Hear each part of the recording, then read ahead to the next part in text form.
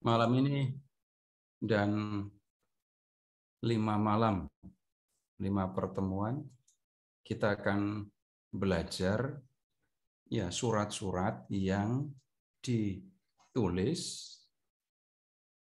oleh Petrus dan Yohanes. Nah, sebelumnya Bapak Ibu, silahkan membuka lebih dahulu daftar isi kitab suci. Silahkan membuka daftar isinya dulu. Dan kemudian lihat di bagian Perjanjian Baru. Mulai dengan, kita lihat ada 4 Injil, dari Matius sampai dengan Yohanes, lalu disambung dengan Kisah Para Rasul. Sesudah itu, lihat, kita menemukan ada surat Paulus. Silahkan Bapak Ibu menghitung ada berapa surat Paulus dari Roma, kemudian 1 Korintus, 2 Korintus, Galatia, Efesus, Filipi, Kolose, Tesalonika, Tesalonika lagi, Timotius, Titus, dan Filemon. Ada berapa surat? 13. 13 ya? Ya. Sesudah itu ada surat kepada orang Ibrani. Nah, yang ini yang sekarang tolong Bapak Ibu perhatikan.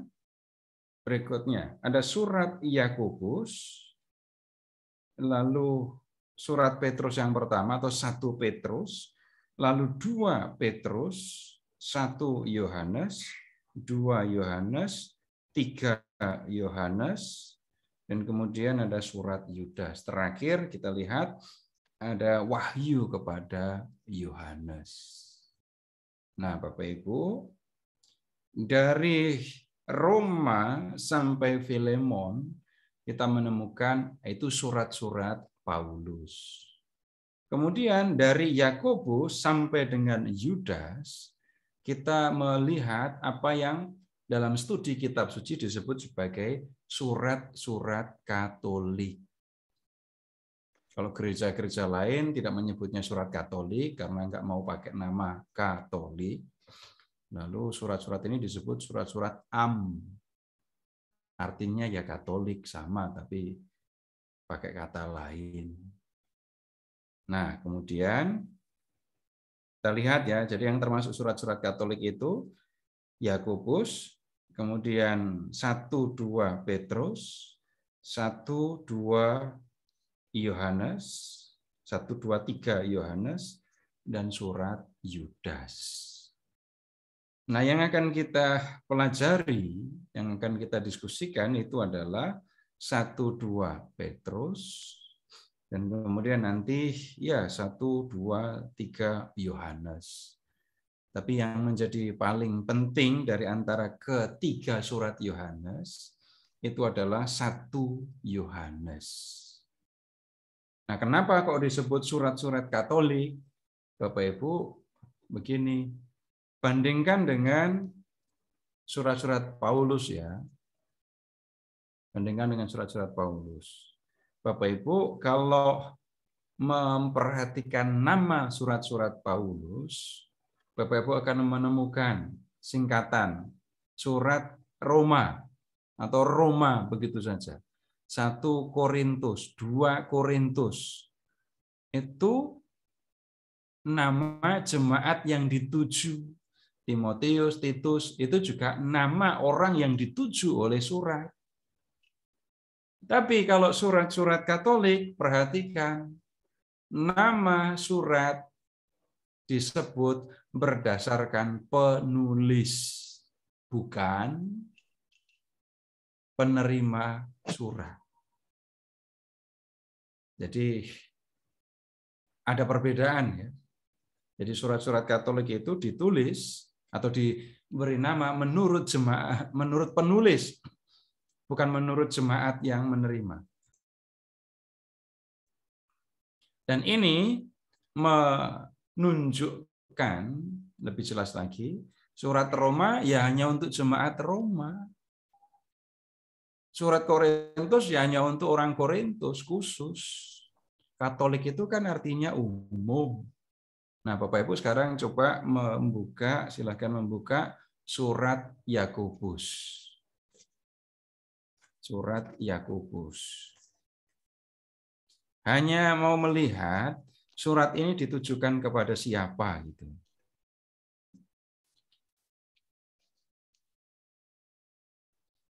Kalau melihat Yakobus bab 1 ayat 1, Bapak Ibu melihat surat ini ditulis oleh Yakobus yang menyebut diri hamba Allah dan hamba Tuhan Yesus Kristus. Dan kemudian surat ini ditujukan kepada ke-12 suku di perantauan. 12 suku. Sudah pasti yang dimaksudkan bukan 12 suku Israel. Karena di Perjanjian Baru 12 suku Israel itu tinggal 2, Yehuda dan Benyamin. Tapi sebutan 12 suku itu menunjuk pada keseluruhan umat Israel, keseluruhan umat Allah. Nah, surat Yakobus mengambil alih sebutan ke-12 suku di ke-12 suku ini untuk menyebut keseluruhan jemaat. Orang-orang yang percaya kepada Kristus, mereka inilah yang oleh Yakobus disebut sebagai umat Allah yang baru. Berikutnya coba ke 1 Petrus. Silahkan ke bab 1 ayat 1. Dari Petrus, Rasul Yesus Kristus, kepada orang-orang pendatang yang tersebar di, lihat, Pontus, Galatia, Kapadokia, Asia Kecil, dan Bitinia, yaitu orang-orang yang dipilih sesuai dengan rencana Allah Bapa kita yang dikuduskan oleh Roh dan seterusnya. Jadi bukan untuk satu jemaat ya, ternyata untuk jemaat di berbagai kota, Pontus, Galatia, Kapadokia, Asia Kecil, Bitinia. Nah, berikutnya silahkan ke 2 Petrus.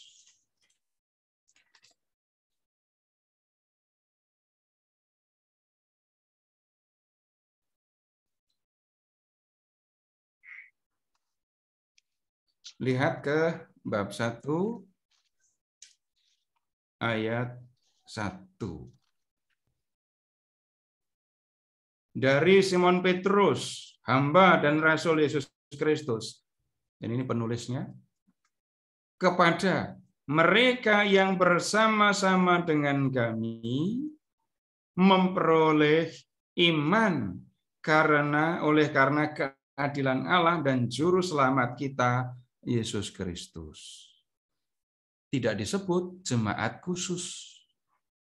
Tapi yang surat ini ditujukan kepada mereka yang bersama kami memperoleh iman karena keadilan Allah. Nah, disebutkan surat ini datang dari Simon Petrus. Tapi untuk 2 Petrus ini kita menemukan pertanyaan, persoalan, apakah surat ini benar-benar datang dari Petrus atau dari orang lain yang mengaku atau menyebut diri sebagai Petrus. Masih di 2 Petrus, Bapak Ibu, silahkan ke bab 3. Silahkan ke bab 3.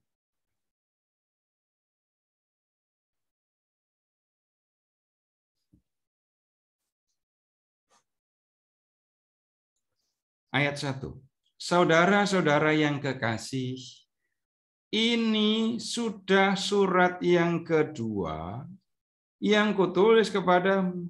Di dalam kedua surat itu, aku berusaha menghidupkan pengertian yang murni tentang peringatan-peringatan, supaya kamu mengingat akan perkataan yang dahulu telah diucapkan oleh nabi-nabi kudus, dan mengingat akan perintah Tuhan dan Juru Selamat yang telah disampaikan oleh rasul-rasulmu kepadamu. Nah, kalau ngomongnya rasul-rasulmu kepadamu, nah ini yang bisa menimbulkan pertanyaan. Kalau membaca ayat 1, kita juga bisa menduga langsung, berarti surat ini ditujukan kepada siapa? Nah, tentu saja kepada jemaat yang dituju oleh surat yang pertama kan. Tapi kok di ayat 2 ini yang nulis kayaknya bukan rasul.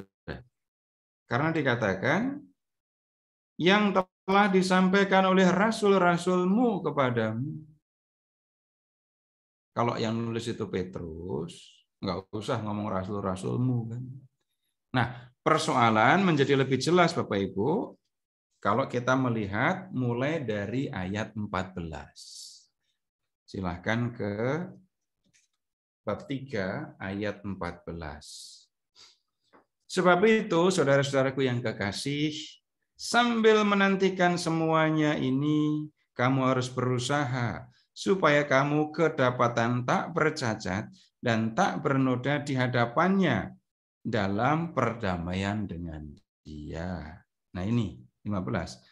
Anggaplah kesabaran Tuhan kita sebagai kesempatan bagimu untuk beroleh rahmat.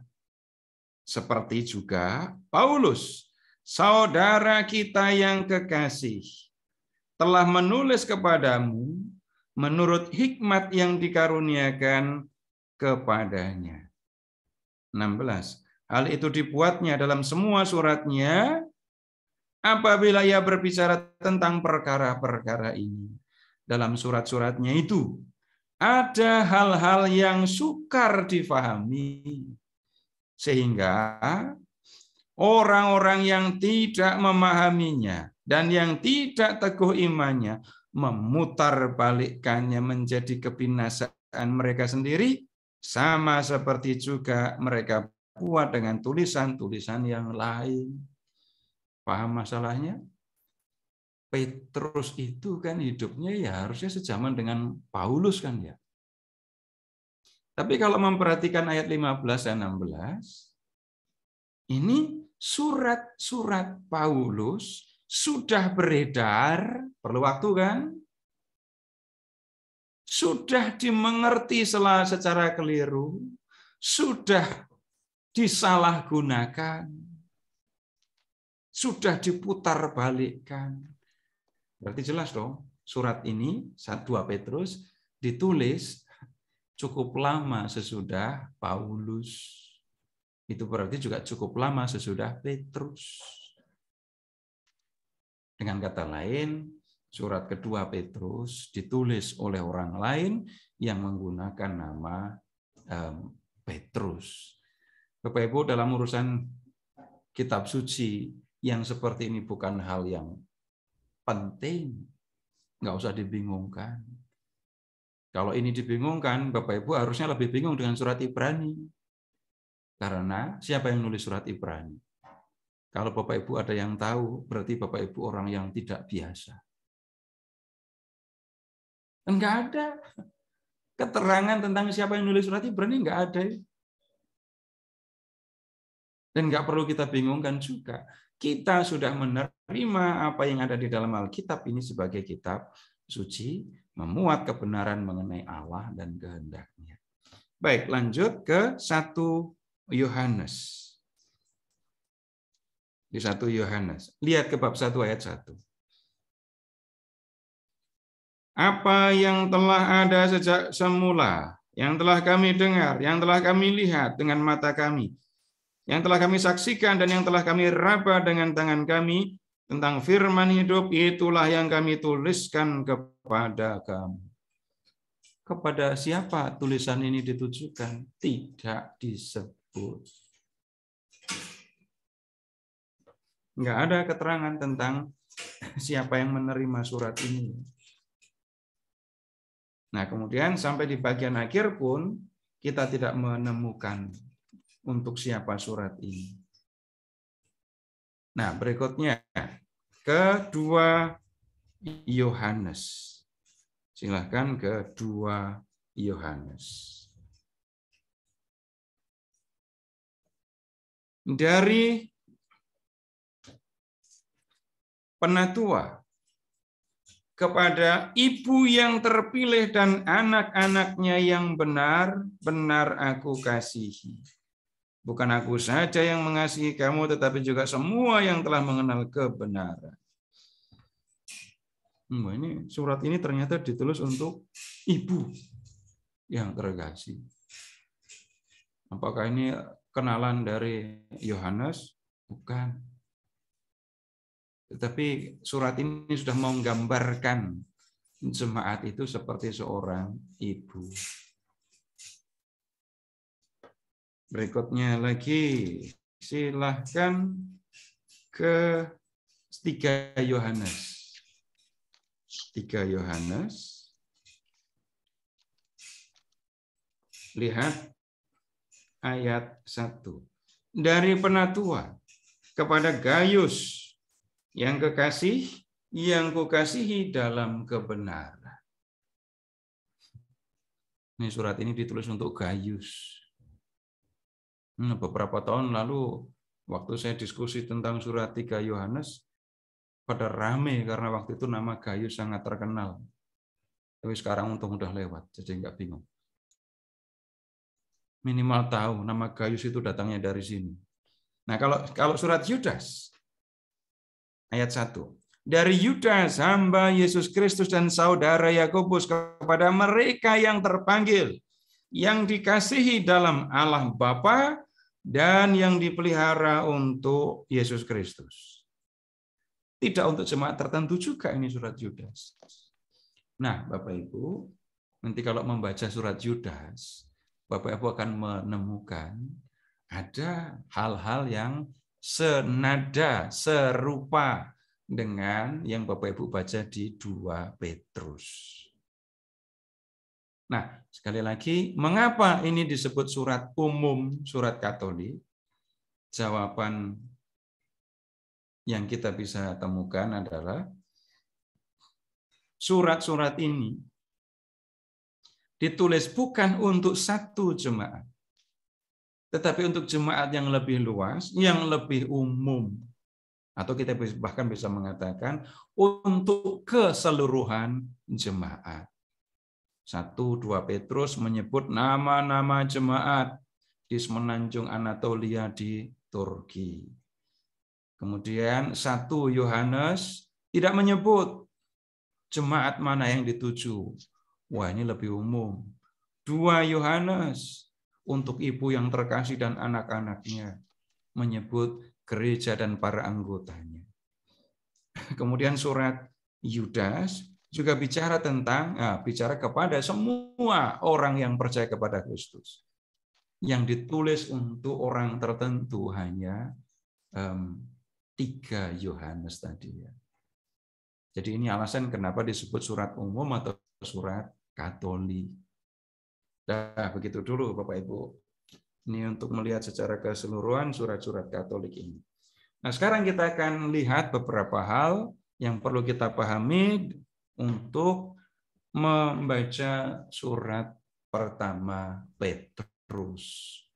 Bapak Ibu, sekarang silahkan kembali ke 1 Petrus bab 1. Lihat lagi ya, asal atau penulis surat dengan tujuan surat. Nah, kalau Bapak Ibu memperhatikan Pontus, Galatia, Kapadokia, Asia Kecil, Bitinia, Bapak Ibu bisa melihat di peta dunia perjanjian baru. Periksa dulu, Bapak Ibu tolong lihat dulu peta yang judulnya dunia perjanjian baru.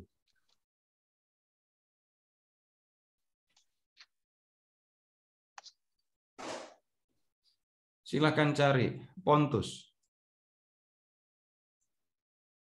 Bisa menemukan Pontus? Kemudian Bitinia. Setelah Bitinia, silakan ke arah selatan, lalu cari Asia. dari Asia, lalu silahkan ke arah timur dan cari Galatia. Dan dari Galatia silahkan ke selatan dan cari Kapadokia. Nah, Bapak Ibu sekarang tolong memperhatikan perjalanan ke arah barat, perhatikan kota Roma. Perhatikan kota Roma. Ya. Nanti kita akan lihat Petrus itu menulis surat dari Roma. Jadi dia menulis surat dari Roma, lalu mengirimkannya untuk jemaat-jemaat yang ada di ini. Wilayah ini namanya Semenanjung Anatolia yang kemudian di zaman modern menjadi Turki. Ya. Nulisnya dari Roma, dikirimnya untuk jemaat-jemaat di Turki Semenanjung Anatolia. Baik, kembali ke 1 Petrus.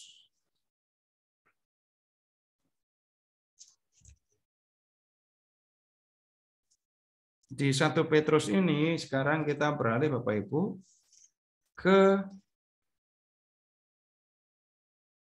bab 5. Silakan ke bab 5. Ayat 1 ya. Aku menasihatkan para penatua di antara kamu. Aku sebagai teman penatua dan saksi penderitaan Kristus yang juga akan mendapat bagian dalam kemuliaan yang akan dinyatakan kelak.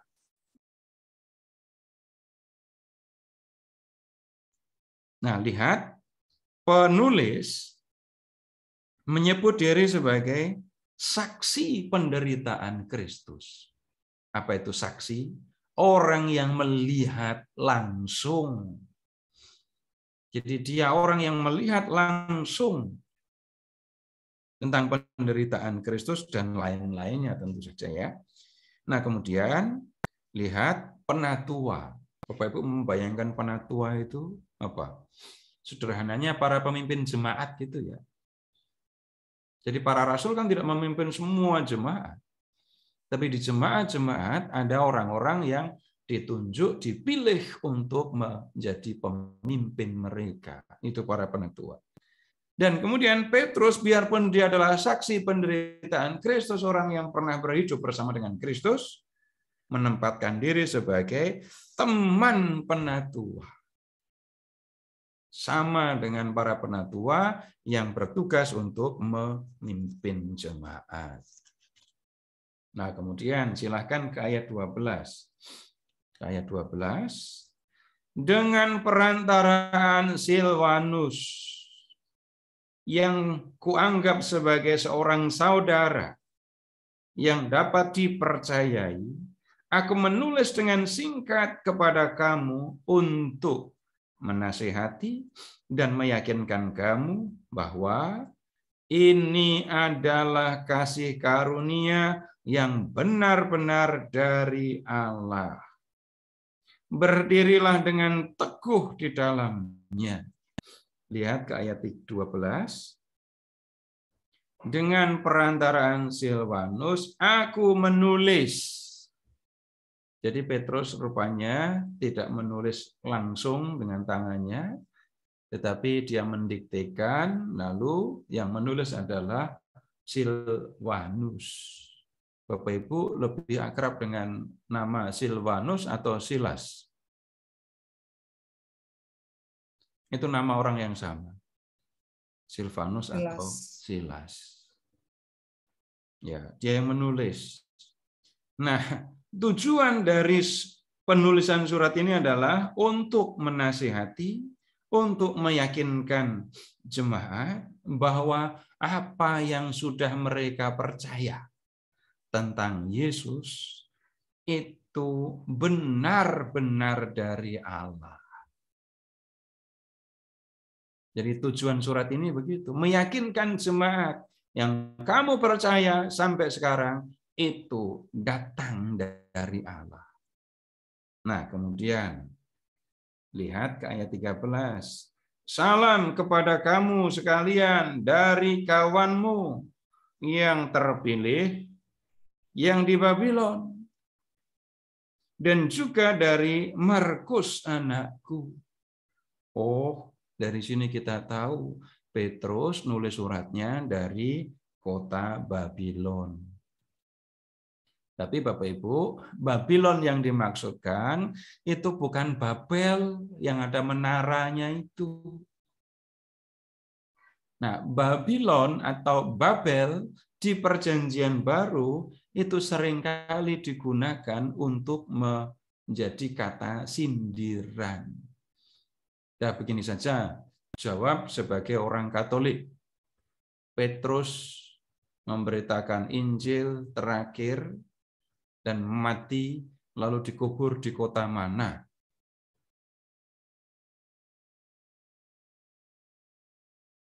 Roma. Ya, di Roma.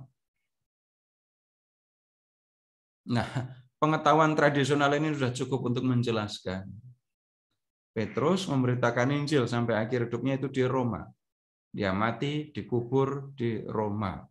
Lalu di atas kuburannya atau di atas kuburannya didirikan basilika.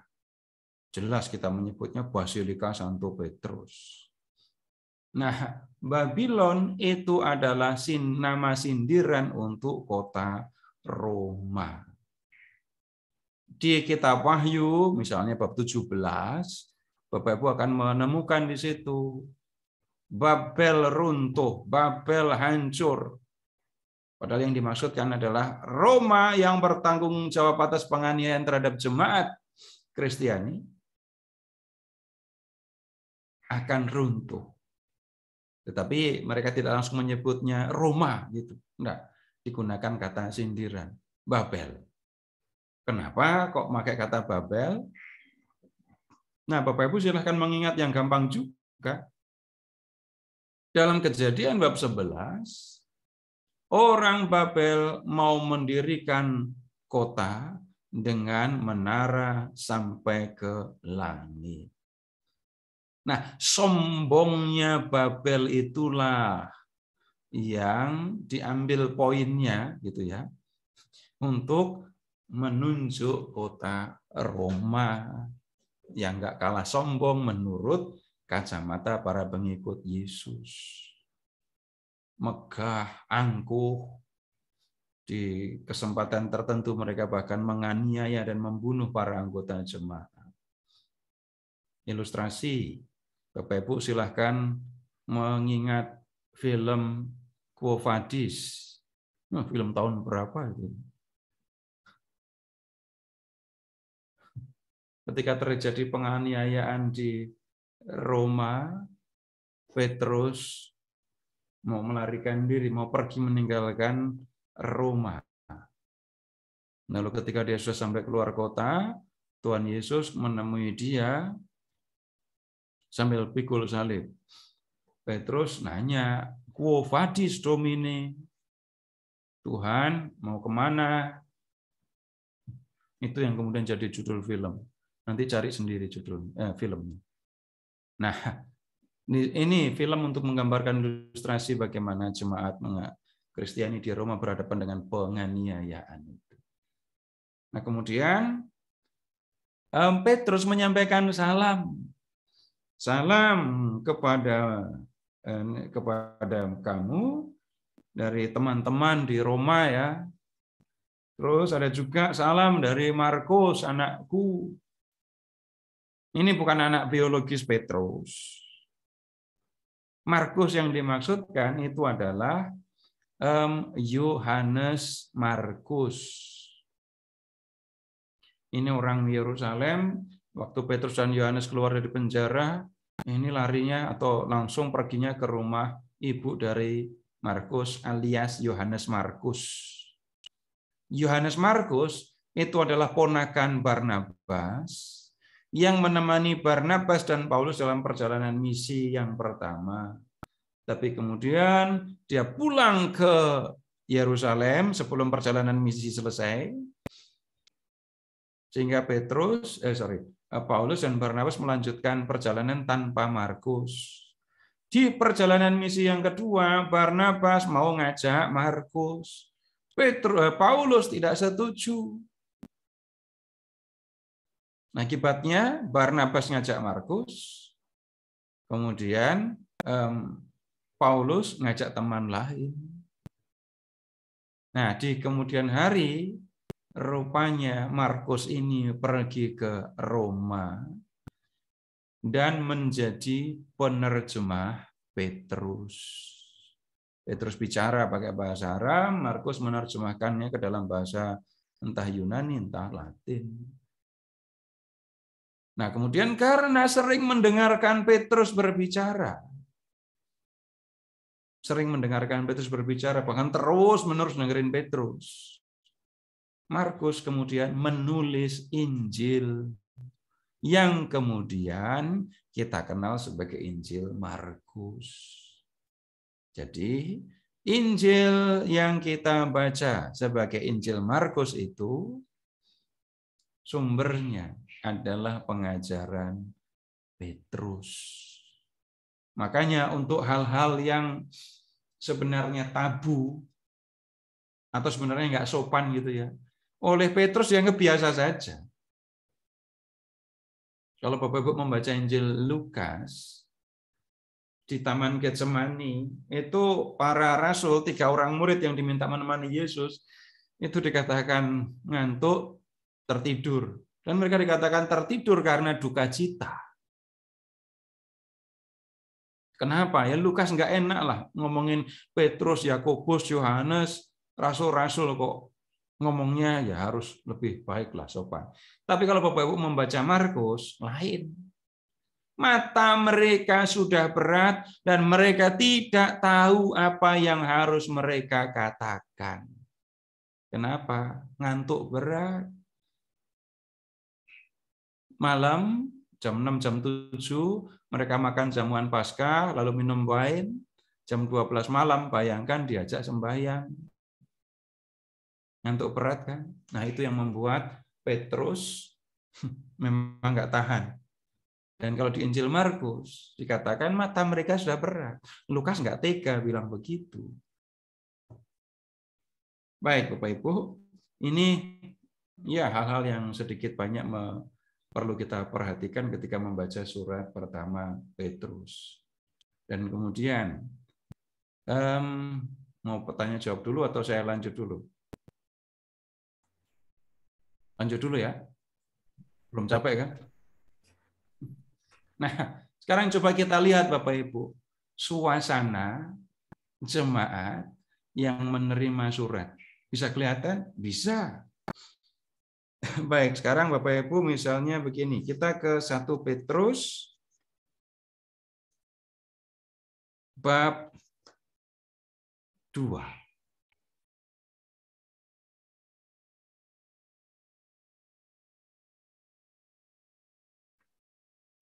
Lihat ke ayat 18. Ayat 18.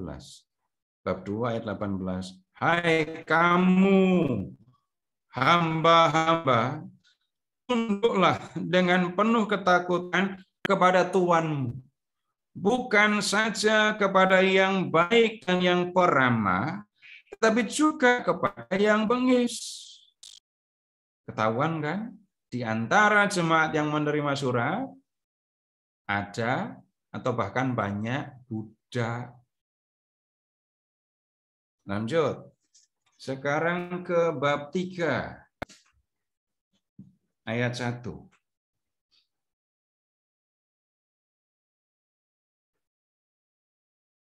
Demikian juga kamu, hai istri-istri, tunduklah kepada suamimu, supaya jika ada di antara mereka yang tidak taat kepada firman, mereka juga tanpa perkataan dimenangkan oleh kelakuan istrinya. Ayat 7. Demikian juga kamu, hai suami-suami, hiduplah dengan bijaksana dengan istrimu, sebagai kaum yang lebih lemah, hormatilah mereka sebagai teman pewaris dari kasih karunia, yaitu kehidupan, supaya doamu jangan terhalang. Nah, ada nasihat untuk istri dan untuk suami. Ya kan? Kemudian kalau ada nasihat untuk hamba, harusnya ada nasihat untuk Tuhan. Tapi nggak ada itu nasihat untuk Tuhan. Langsung kita bisa menduga atau membayangkan. Jadi anggota jemaat yang membaca surat ini, ya banyak yang rupanya dari kalangan bawah, secara ekonomi, secara sosial. Dan kemudian situasi mereka juga tampak begini. Silahkan ke bab 1 ayat 18.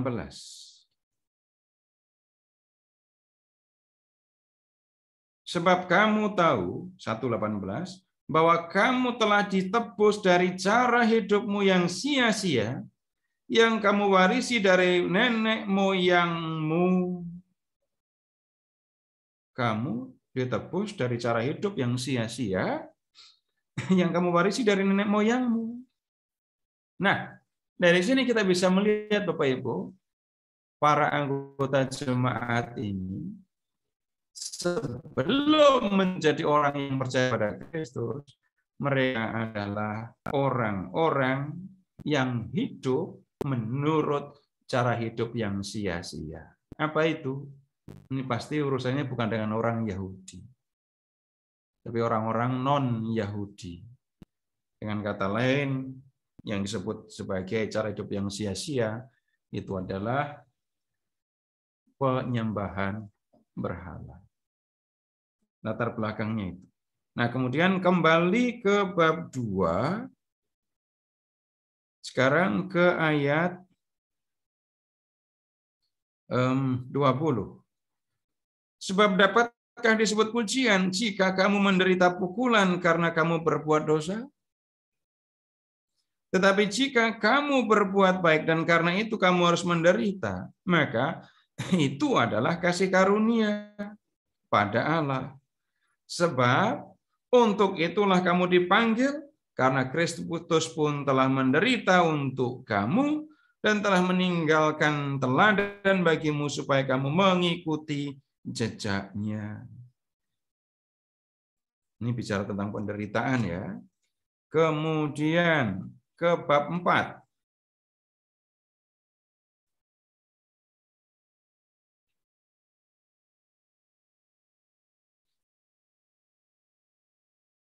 Lihat ke ayat 16.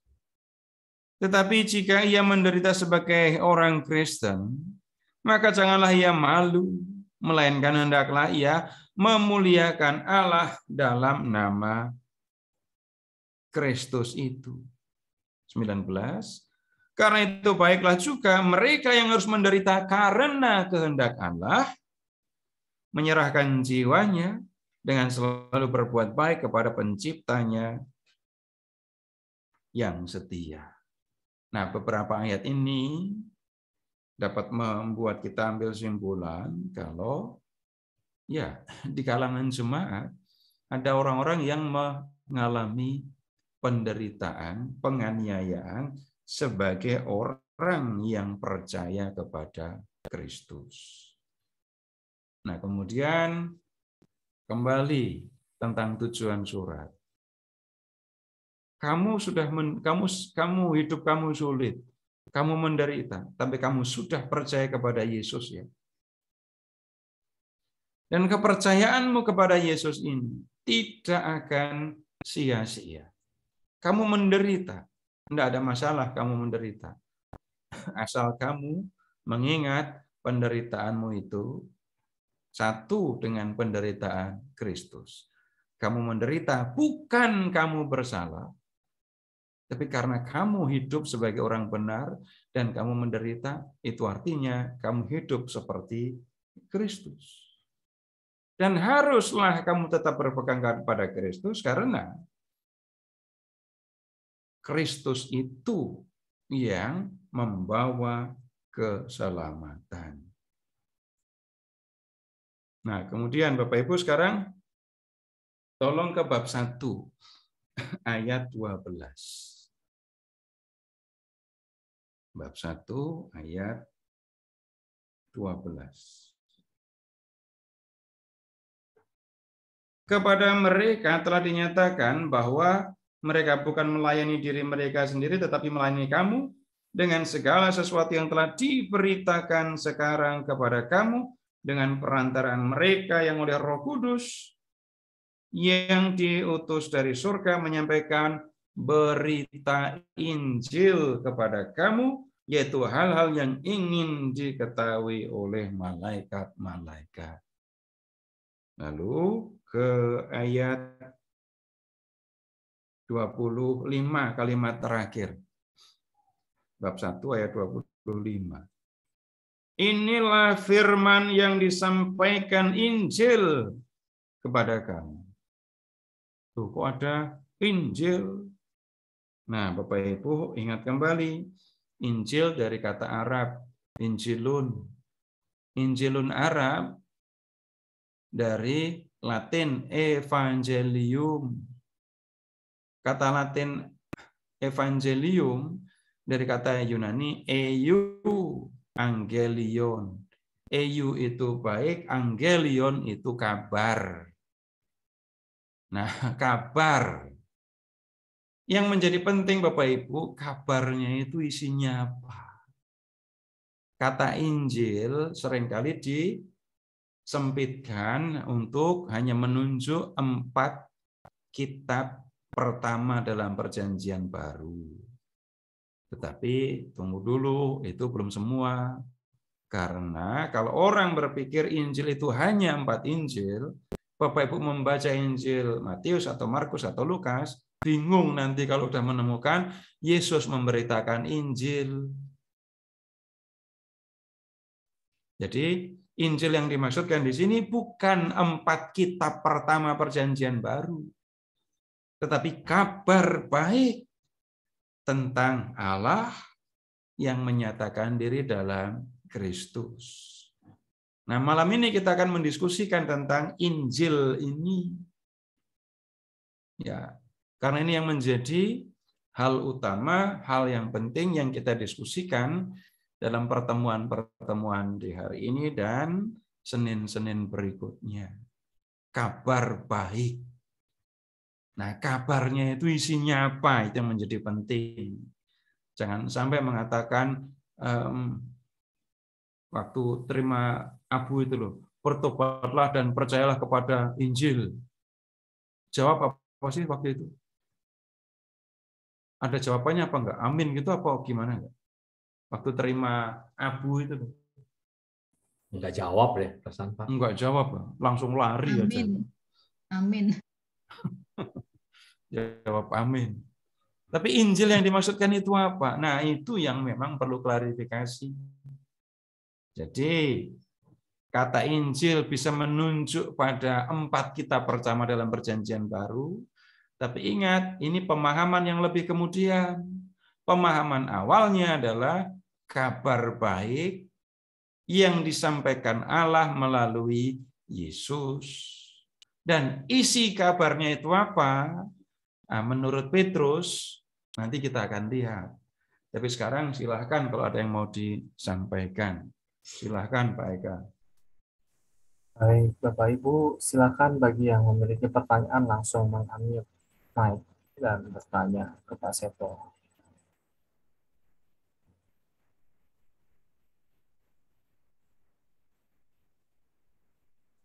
Gampang juga kan belajar 1 Petrus, cuma begitu aja.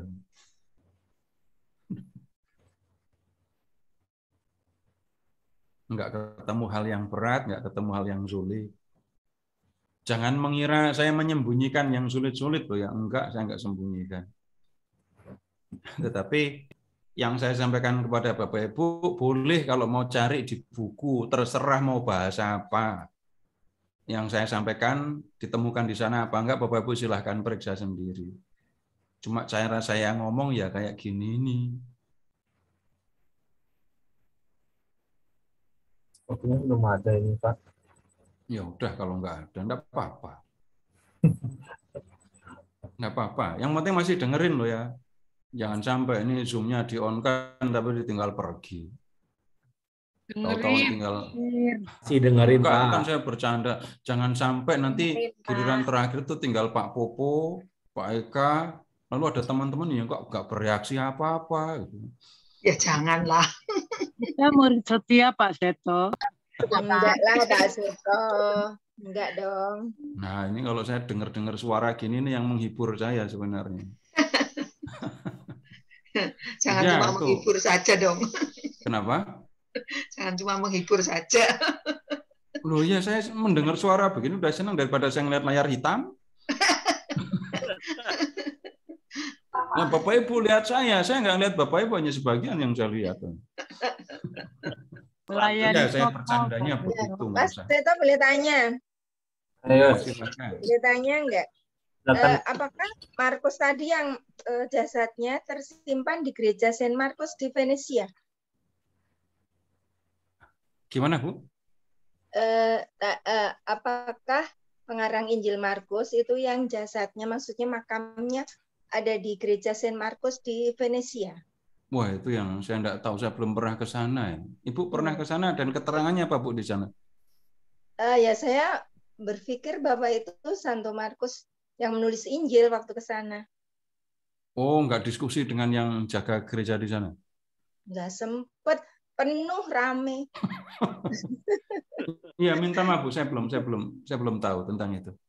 Iya, terima kasih Pak Seto. Tapi kalau Nanti dicari ya Pak Seto, bener nggak pengen ke sana lagi. ya nanti Tempatnya Ibu ke sana lagi cari keterangan, cari romo parokinya itu ya.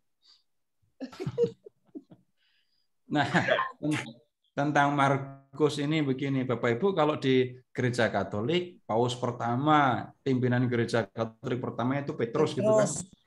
Tapi kalau Bapak Ibu ke Mesir, ketemu gereja Koptik, pimpinan gereja pertama, nah itu Markus malahan. Jadi tentang kuburan ini saya jadi nanti harus cari, memang harus cari keterangan. Karena di sana ada basilika dengan nama itu, tapi di Mesir sudah jelas itu jelas sekali kalau di antara para anggota gereja Koptik dalam tradisi gereja Koptik ya Paus pertama, pimpinan gereja mereka yang pertama itu ya Markus itu. Iya. Pak Seto, ini tadi mau tanya Mas Eka. Silakan Bu Eli. Tadi mengenai daftar isi kitab suci tadi yang pertama tadi Pak 13 surat. 13 surat apa ya Pak tadi di catatan saya kok belum lengkap ini Pak. Dan surat kepada orang Ibrani tadi loh Pak Seto. Enggak usah dicatat, Ibu buka daftarnya lagi. Oh. Coba Ibu buka daftarnya lagi. Bapak Ibu yang lain juga boleh menghitung. Ya, siap? Setelah kisah para rasul, ada Roma kan ya? Ya. Roma. Lalu 1 Korintus. 2 Korintus. Perhatikan yang ada nama Paulusnya itu loh, Bu. Nama Paulus. Di daftar isi bunyinya bagaimana? Daftar isi yang depan ya Pak berarti Pak. Lah, kok Ibu belum buka daftar isi? Buka dulu. Buka dulu daftar isinya. Semuanya. Jangan percaya omongan saya untuk ini. Bapak Ibu harus buka sendiri. Surat Paulus ya. Ya, yang surat Paulus kepada Di jemaat di Roma. ya, surat Paulus kepada jemaat di Roma. Korintus. Paulus Ya. di Korintus. Sudah 1 ketemu? Korintus 2. Ya, lihat. Surat Paulus kepada jemaat di Roma, Galatia. Korintus, Galatia, Galatia. Efesus, Filipi, Filipi, Kolose, Kolose, Tesalonika lagi, Timotius, Filemon. Nah, tolong dihitung yang ada nama Paulusnya itu berapa, Bu? Dihitung lagi. 1, 2, 3, 4, 5, 6, 7, 8, 9. Ya. 9. surat-surat Paulus. 13. Yang ada nama Paulusnya ada berapa? 13. 13. Yakin 13 ya? Jangan ada yang bilang 9, 10, 11, 12. 13. 13. Itu surat Katoliknya berapa? Surat Katolik itu dari Yakobus sampai Yudas. 7 surat Katoliknya. 7. Ya. 7 Kak Seto. 7 Pak Seto. Dari mana 7, Bu? Ya dihitung dari Yakobus tadi. Dari Yakobus sampai Yudas. Dari Yakobus sampai Yudas, hitung 1 sendiri. Petrus, 2 Petrus, 1 Yohanes, 2 Yohanes, 3 Yohanes, sama Yudas. Sama Wahyu. Wahyu orang. Oh, Wahyu enggak. Oke. Wahyu Dibilang enggak. surat Katolik. Tunggu dulu. Surat Paulus. Dengerin semuanya ya. Surat Paulus itu dari Roma sampai Filemon. Filemon ya. Terus, Pak? Ya. Jumlahnya berapa, Bu? 13. 13. Surat Katolik itu dari Yakobus sampai Yudas. Ada berapa jumlahnya? 7. Surat Ibrani nggak masuk Paulus, nggak masuk surat Katolik. Nggak usah dimasukkan kemana-mana, udah biarin aja. Oh, gitu ya. Terima kasih, Pak. Ya, paham. Ya, Oke. itu yang dimaksudkan. Jadi 4 Injil, kisah para rasul, lalu surat-surat Paulus 13, surat Ibrani, surat Katolik 13, terus Wahyu. Surat Katolik 7. Tadi nyebutnya berapa? 13. Surat Memang 7. Surat Paulus yang 13. Surat Paulus 13, Surat Katolik 7. Ibrani, surat Katolik 7, Wahyu. Ibrani itu tidak masuk karena tidak jelas penulisnya ya, Pak? Mau dimasukkan kemana? Dimasukkan ke Paulus, nggak ada nama Paulus. Nggak ada namanya. Mau dimasukkan ke surat Katolik, itu khusus untuk orang Ibrani. Iya kan? Surat Paulus kan surat Perjanjian Baru. Kalau lektor itu dibacakan tuh hanya surat kepada orang Ibrani gitu aja ya, Pak? Ibu baca juga di daftar isi, coba lihat. Di daftar isi coba lihat. Surat kepada orang Ibrani. Kepada orang Ibrani. Ya. Seumpama jadi lektor gitu loh, Pak. Nah, di leksionarium juga disebut begitu kan, surat kepada orang Ibrani. Tidak pernah dikatakan surat Paulus kepada orang Ibrani, nggak pernah ada yang mengatakan begitu kan? Ya. Mana lektor? Ayo lektor, tolong bicara lektor. Iya, Pak. Tuh, jelas kan lektornya udah bilang begitu. Kalau dikatakan surat Paulus kepada orang Ibrani, malah aneh. Nah, memang tidak ada nama Paulus. Jadi mau dimasukkan ke surat Paulus, wong nggak ada nama Paulus. Mau dimasukkan ke surat umum, wong ini khusus untuk orang Ibrani. Ya udah, biarin aja dia sendirian.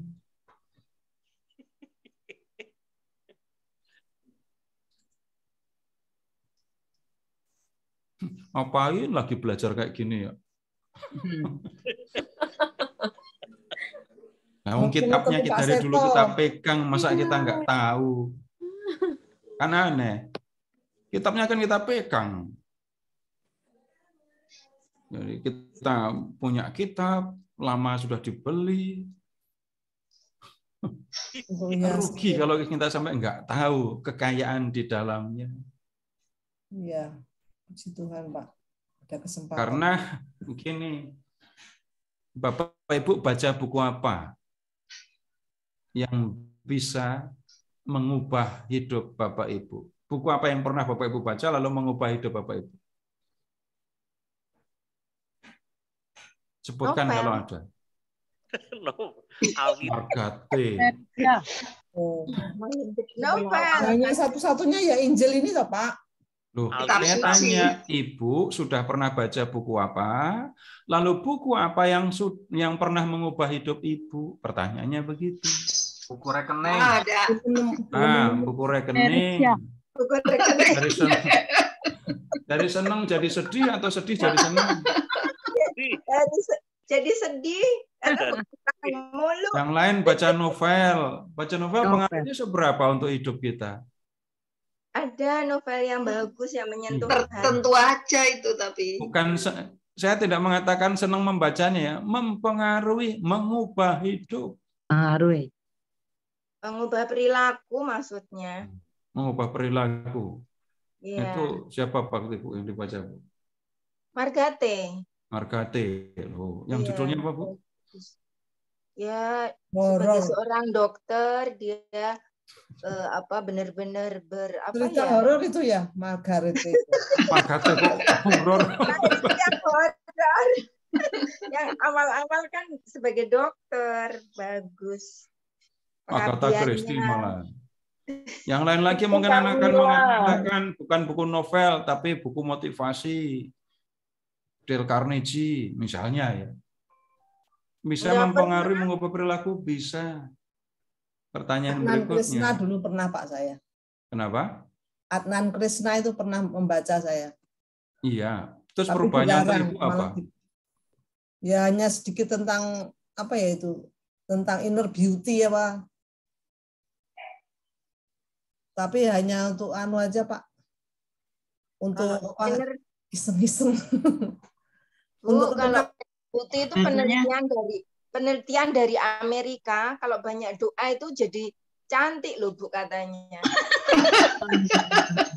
Ya, itu yang memotivasi saya jadi suka berdoa, percaya gak sih? Usah ke skincare berarti. Ya, Pak Andi Ada yang udah hati-hati. praktek Bu Rini. Pak Andi hati-hati, banyak berdoa jadi cantik nanti loh Pak. Bacanya pemata iman Katolik Pak Sito. Kalau Yang- para ahli, Yang kemudian para kita ahli perlu gerontologi- perhatikan, para ahli gerontologi di Amerika itu penelitiannya seperti itu. Wah ini loh. kemudian yang kita perlu perhatikan, buku ini, kitab suci, Alkitab ini kalau dibaca, dipelajari, dihidupi, bukan hanya mengubah perilaku, tapi mengubah hidup, cara hidup, memberikan pemahaman tentang hidup kekal, memberikan pengharapan, keyakinan akan hidup kekal, dan berikutnya bahkan mengantar orang-orang yang membacanya pada hidup yang abadi. Rugi kan kalau nggak dibaca? Amin. Jangan hanya ini tidak membaca kitabnya, giliran udah jadi jenazah disuruh bawa Alkitab. Dibakar bareng. Kalau orang Katolik kan Bakar bareng. ya cuma rosario. Itu kalau Alkitab. orang Katolik cuma rosario, Pak. Mas Tito, kalau saya pernah Pak melihat survei tentang buku yang terlaris itu ternyata kitab suci, Pak. Saya pernah membaca itu di mana ya? Betul nggak itu, Pak? Betul Mas itu. Ya itu Itu iya. laris dunia. Paling laris. Kalau itu saya percaya Lembaga Biblika Indonesia itu yang mengedarkan kitab suci. Dalam 1 tahun itu bisa 100.000 Alkitab diedarkan. Pertanyaan saya, Ibu sudah membacanya, mempelajarinya, mengambil Atau manfaatnya untuk hidup. Belum Sudah proses berapa ini, Pak jauh Seto. melakukannya? Proses ke sana. Nah, kan Ibu tadi bicara tentang penjualan. Ibu beli Alkitabnya tahun berapa, Ibu? Waktu masih Tahun kecil. berapa? Tuh, beli Alkitabnya masih kecil, prosesnya baru sekarang. Gimana sih? Iya. Kan Mama sudah itu udah majang di etalase itu. Tapi belum pernah dipelajari juga, Pak. Baik. Ya, Jangan ya, Bu. Sama. Baik, kita belajar kan Bapak Ibu, ketika belajar surat-surat Katolik, bisa jadi kita belajar bagian yang dalam tanda kutip seringkali diabaikan di Perjanjian Baru, ya. Seringkali diabaikan. Siapa yang kenal surat 1 Petrus? Siapa yang diskusi serius tentang 2 Petrus? Apalagi surat untuk Gaius di 3 Yohanes tadi. Itu kan dalam tanda kutip kitab yang dipinggirkan oleh orang Katolik. Tapi kalau kita membuka, kita pelajari, kita akan menemukan hal-hal yang sangat serius untuk kehidupan iman kita ada di situ. Nah, nggak usah lama-lama, saya akan mengajak Bapak Ibu untuk melihatnya sekarang juga. Gitu ya. Mau biar kayak serius ngomongnya ini. Ya, tapi saya mengatakan apa adanya. Coba Bapak Ibu sekarang ke 1 Petrus bab 1.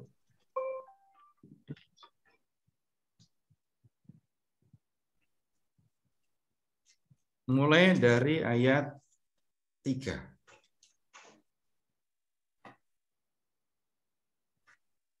Terpujilah Allah dan Bapa Tuhan kita Yesus Kristus, yang karena rahmat-Nya yang besar telah melahirkan kita kembali oleh kebangkitan Yesus Kristus dari antara orang mati kepada suatu hidup yang penuh pengharapan untuk menerima bagian yang tidak dapat binasa, yang tidak dapat cemar, dan yang tidak dapat layu, yang tersimpan di surga bagi kamu. Coba kita sederhanakan kalimatnya. Jadi di ayat ini, Petrus memuji Allah. Allah itu adalah Bapa dari Tuhan Yesus. Kenapa Allah dipuji? Karena Allah itu, Bapa, telah melahirkan kita kembali. Bapa telah melahirkan kita kembali kepada suatu hidup yang penuh pengharapan. Pengharapan apa? Untuk menerima bagian yang tidak dapat binasa. Bagaimana Bapa melahirkan kita kembali? Dengan kebangkitan Yesus Kristus dari antara orang mati. Maksudnya apa ini? Bapak Ibu itu anak siapa? Sebut nama orang tua masing-masing. Nah, nggak usah dijawab. Sebut nama. Bapak Ibu kan lahir, kalau nggak percaya lihat aja di rapot SD. Disebutkan anak siapa. Itu lahir pertama itu jadi anak bapak saya, jadi anak ibu saya. Kemudian, setelah menjadi orang yang percaya kepada Yesus, Bapak Ibu jadi anak siapa? Jadi Tuhan. anak Bapak di surga kan? Iya. Buktinya, itu kalau berdoa Bapak kami itu. Iya dong Bapak kami. Iya kan? Doanya Bapak kami. Kenapa Allah Bapa itu menjadi Bapakku? Karena aku percaya kepada Yesus. Aku menjadi anak Bapa. Bapak Ibu sudah terima warisan belum? Belum. Belum ya. Tapi Bapak Ibu yang sudah terima warisan seneng kan? Asal ya nggak pakai berantem loh ya, terimanya maksudnya, bukan berantemnya. Saya nggak peduli dengan berantemnya. Terima warisan itu kan enak kan ya? Enak. Nggak kerja, nggak susah payah, terima. Udah gitu dapatnya banyak lagi. Akibatnya apa? Yang tidak paham, yang nuruti senang sendiri, menggunakan semaunya. Semaunya. Nah, sekarang ketika saya jadi anak bapak saya terima warisan, tanah, uang, lalu perhiasan, gitu ya. Setelah saya jadi anak bapak di surga, saya terima warisan, saya terima bagian. Tapi bagian saya, warisan dari Bapak, bukan tanah, bukan deposito, bukan emas, bukan perusahaan. Lalu saya terima apa? Ayat 4, suatu bagian yang tidak dapat binasa, tidak dapat cemar, tidak dapat layu, tersimpan di surga. Ya. Loh, kok bisa? Kematian. Oh, kok kematian? Ini kebangkitan Yesus Kristus bisa membuat saya jadi anak Bapa. Bapak Ibu mengingatnya, nanti ada keterangan lebih lanjut ya. Tapi mengingatnya, ya ketika saya hidup sebagai orang yang berdosa, saya memang orang berdosa dan tidak layak untuk hidup bersama dengan Allah. Tetapi kematian Yesus di kayu salib membersihkan saya dari dosa, sehingga saya layak untuk tinggal bersama dengan Allah. Nah, percaya kepada Yesus. Ketika saya percaya kepada Yesus, saya pun percaya nanti saya akan bangkit bersama Kristus, bangkit seperti Kristus. Nah, setelah mendengar kita diangkat jadi anak Bapa di surga dan akan terima warisan surgawi, ini saja harusnya sudah menjadi berita gembira kan ya? Nah, belum pada gembira karena belum terima. Yang udah terima nggak bisa cerita. Nah, itu masalahnya. Punya pengharapan. Gini maksudnya, sudah akan menerima bagian hidup kekal kan? Ya. Harusnya kan bahagia, gembira. Tapi belum pada gembira. Kenapa? Belum terima kan? Ya. Tapi bahagia beneran setelah terima. Tapi setelah menerima bagian hidup kekal, nggak bisa cerita sama siapa-siapa. Surga. Ya bahagianya untuk diri sendiri. Lanjut dulu. Yaitu kamu. Kan tadi dikatakan yang karena rahmat-Nya telah melahirkan kita kembali. Nah, kemudian yaitu kamu yang dipelihara dalam kekuatan Allah karena imanmu, sementara kamu menantikan keselamatan yang telah tersedia untuk dinyatakan pada zaman akhir.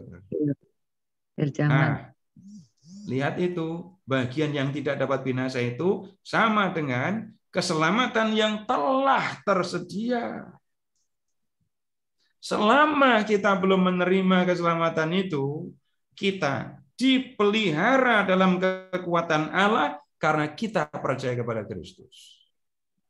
Itu kok nggak berasa kalau saya dipelihara oleh kekuatan Allah? Masalahnya memang itu. Tidak memahami, maka tidak berasa. Itu masalahnya. Bapak Ibu pernah merasa dipelihara oleh kekuatan Allah? Nah, seringkali urusan Allah yang memelihara, yang merawat itu dibatasi hanya soal memberi makan dan keselamatan. Memberi rezeki dan memberi keselamatan. Nggak cukup kan? Bapak Ibu cukup hanya rezeki dan keselamatan hidup. Nggak cukup. Rezeki melimpah, hidup sehat, tapi bergelimang berlumur dosa. Dosa, iya. Nah, bukan itu yang dimaksudkan. Dan lihat, kamu dipelihara dalam kekuatan Allah karena imanmu. Karena kamu percaya kepada Allah, hidupmu diurus, diperhatikan oleh Allah. Dan kekuatan Allah itu membuat kamu, nanti kalau membaca keseluruhan 1 Petrus, Bapak akan menemukan urusan melawan dosa. Ya. Tapi kekuatan Allah itu menolong kita untuk hidup benar sesuai dengan kehendak Allah. Nanti akan kelihatan di ayat 7. Bergembiralah akan hal itu, sekalipun sekarang ini kamu seketika harus berduka cita oleh berbagai-bagai pencobaan. Maksud semuanya itu ialah untuk membuktikan kemurnian imanmu yang jauh lebih tinggi nilainya daripada emas yang fana, yang diuji kemurniannya dengan api, sehingga kamu memperoleh puji-pujian dan kemuliaan dan kehormatan pada hari Yesus Kristus menyatakan dirinya. Sekarang silahkan mengingat begini. Manusia hidup di dunia. Di zaman Petrus ini, Bapak Ibu, mereka percaya Tuhan akan segera datang. Tuhan akan segera datang. Dan kalau Tuhan itu datang, dia akan mengadili, dan pada waktu itu alam semesta akan hancur. Jadi mereka percaya Tuhan akan segera datang. Nah, kemudian sementara Tuhan belum datang, para anggota jemaat mengalami kesulitan, duka cita, pencobaan, penganiayaan dari pemerintah, dari sesama. Mereka yang menjadi budak, lebih berat lagi penderitaan dan duka citanya. Nah, selama mereka ada di dunia dan menghadapi pencobaan, ingat saja, kamu akan menerima keselamatan. Penderitaanmu itu hanya berlangsung sementara, tetapi keselamatan yang akan kamu terima itu abadi. Jadi walaupun kamu menderita, ingat ya, kamu harus bersuka cita, kamu harus bergembira. Nah, ternyata Bapak Ibu bisa kan mengalami saya sedang sedih, tapi sekaligus saya bergembira.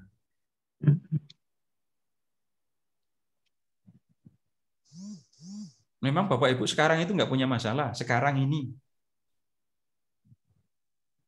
Pada tertawa tapi. Tapi kok pada tertawa?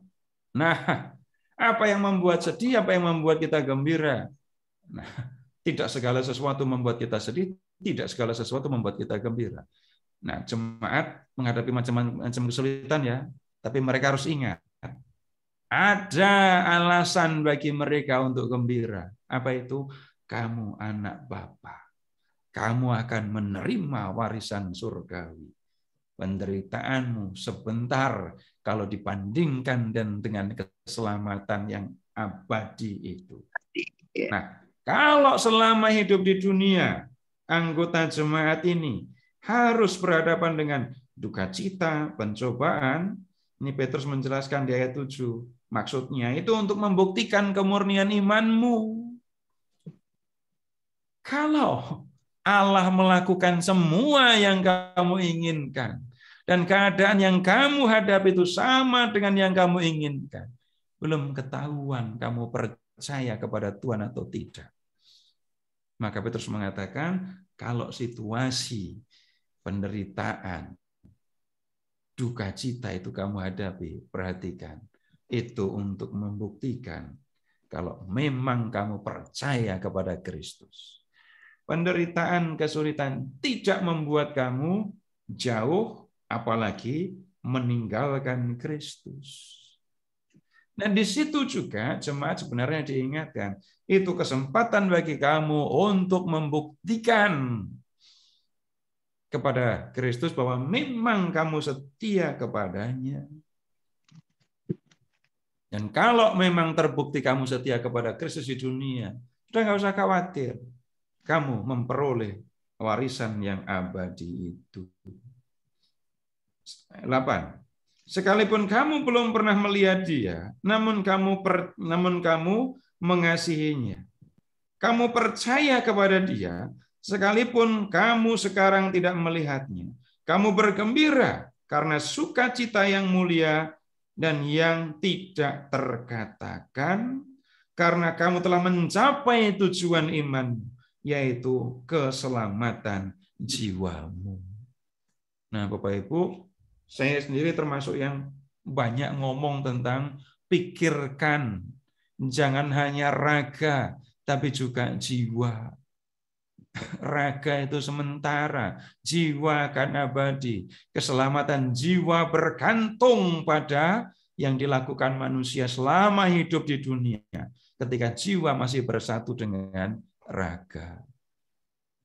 Jangan sampai hanya mengurus raga, ya, Ini keterangan untuk jemaat ini ya.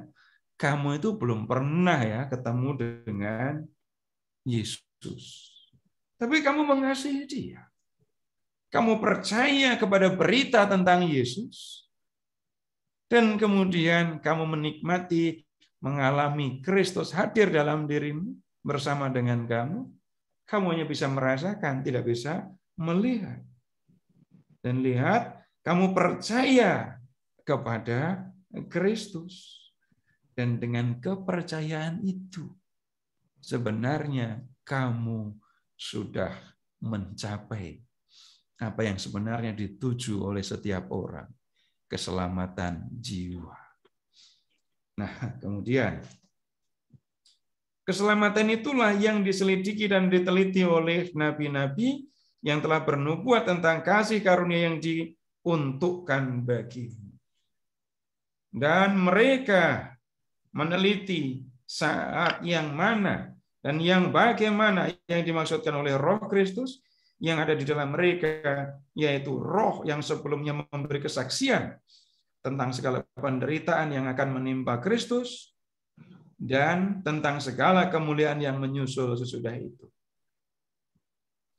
Kepada mereka telah dinyatakan bahwa mereka bukan melayani diri mereka sendiri, tetapi melayani kamu yang dengan segala sesuatu yang telah diberikan sekarang kepada kamu dengan perantaraan mereka yang oleh Roh Kudus diutus dari surga menyampaikan berita Injil kepada kamu, yaitu hal-hal yang ingin diketahui oleh malaikat-malaikat.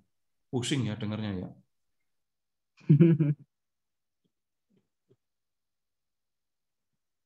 Kalimatnya panjang, kayak berputar gitu ya. Perhatikan keselamatan jiwa. Karena kamu percaya kepada Yesus, kamu menjadi anak Allah. Sebagai anak Allah, kamu akan terima warisan surga. Yang akan terima warisan surga itu bukan ragamu. Raga akan mati ditinggalkan. Lalu yang akan terima warisan surgawi itu apa? Jiwamu. Jiwamu yang akan pergi ke surga. Jiwamu yang akan pergi kepada Allah. Nah, tentang hal ini, para nabi yang hidup sebelum Kristus sudah mencari, menyelidiki, mengharapkan nubuat. Tetapi apa yang mereka selidiki, ya, mereka teliti, itu belum mereka jumpai. Kenapa? Kristus yang memberitakan, Kristus juga yang menjadi apa menyebutnya ya, yang memberikan hidup gitu ya, yang menyelamatkan jiwa. Nah, kemudian urusannya dengan Roh Kudus. Roh Kudus menolong, membantu orang menjadi percaya. Perhatikan ayat 12. Kepada mereka telah dinyatakan bahwa mereka bukan melayani diri mereka sendiri, tetapi melayani kamu dengan segala sesuatu yang telah diberikan sekarang kepada kamu dengan perantaraan mereka yang oleh Roh Kudus diutus dari surga menyampaikan berita Injil. Roh Kudus menolong orang-orang yang memberitakan Injil. Tapi tentu saja Roh Kudus juga menolong orang yang menerima berita Injil itu. Nah, Bapak Ibu, para malaikat aja pada pengen tahu loh ya. Tapi para malaikat nggak memerlukan belajar seperti yang kita lakukan. Para malaikat sudah tinggal di surga. Nah, kemudian ke ayat 13 berkaitan dengan berita Injil ini.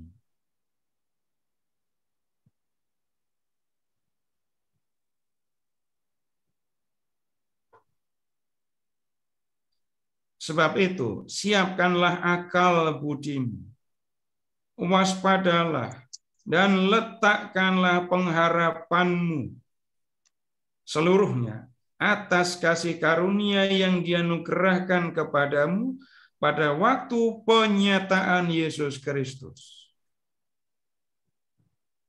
Kalimat apa lagi yang coba? Kok susah-susah gitu ngomongnya ya? Sebab itu siapkan budimu. Budi, akal budi, pikiran. Siapkan akal budi. Waspadalah, letakkan pengharapanmu seluruhnya atas kasih karunia yang dianugerahkan kepadamu. Nah, budi itu untuk apa? Akal budi. Pahami, terima, memahami kebenaran tentang Allah melalui Yesus, menerima itu sebagai kebenaran, itu aktivitas akal budi ya. Dan kemudian kalau berharap itu aktivitas apa? Ada budi, tapi juga ada hati. Ada urusan hati juga ya. Bapak Ibu kalau mendengar kata harap-harap cemas itu, yang lebih sibuk pikiran atau hati coba? Hati. Pikiran dong. Pikiran. Kenapa? Hati. Pikiran Pak Seto.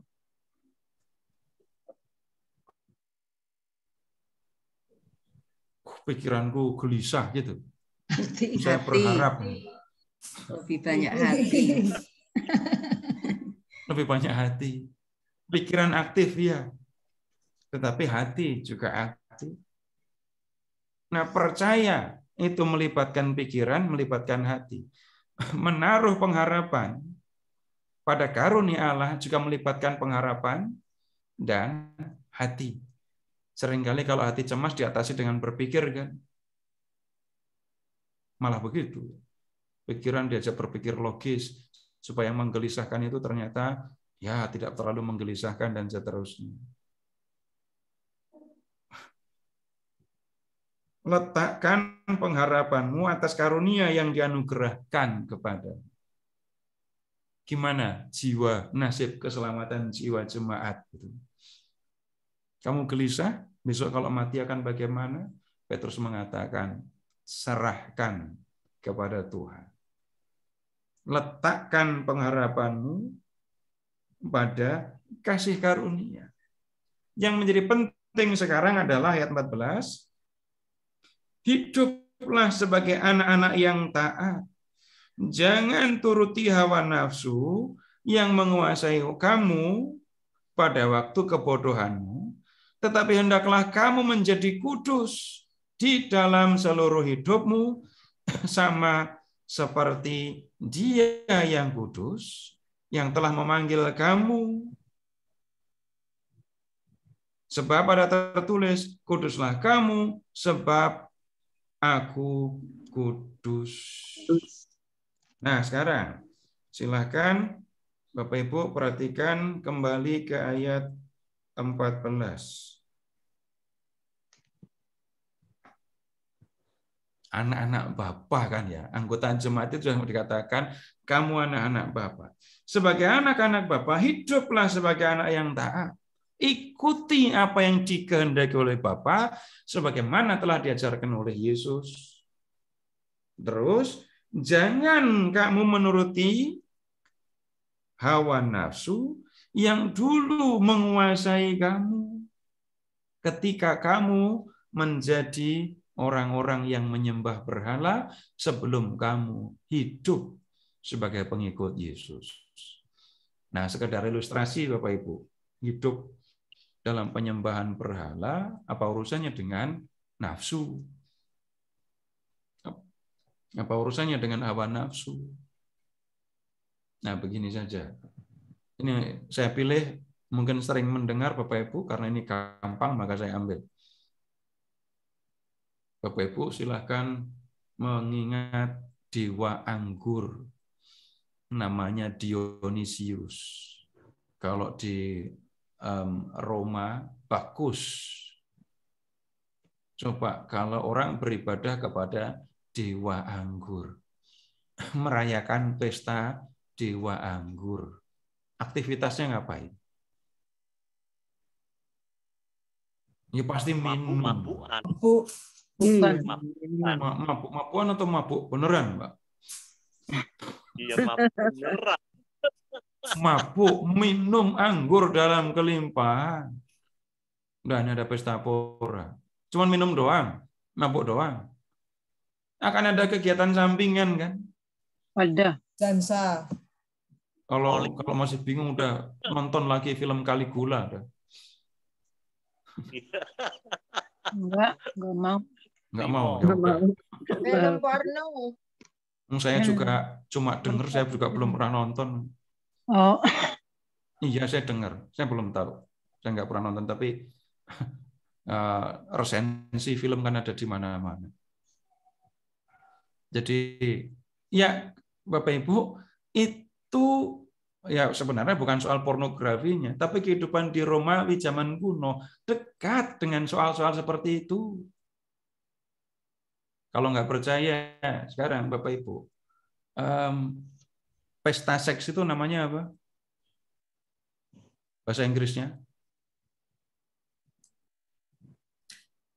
Itu datang dari kata Yunani, orge.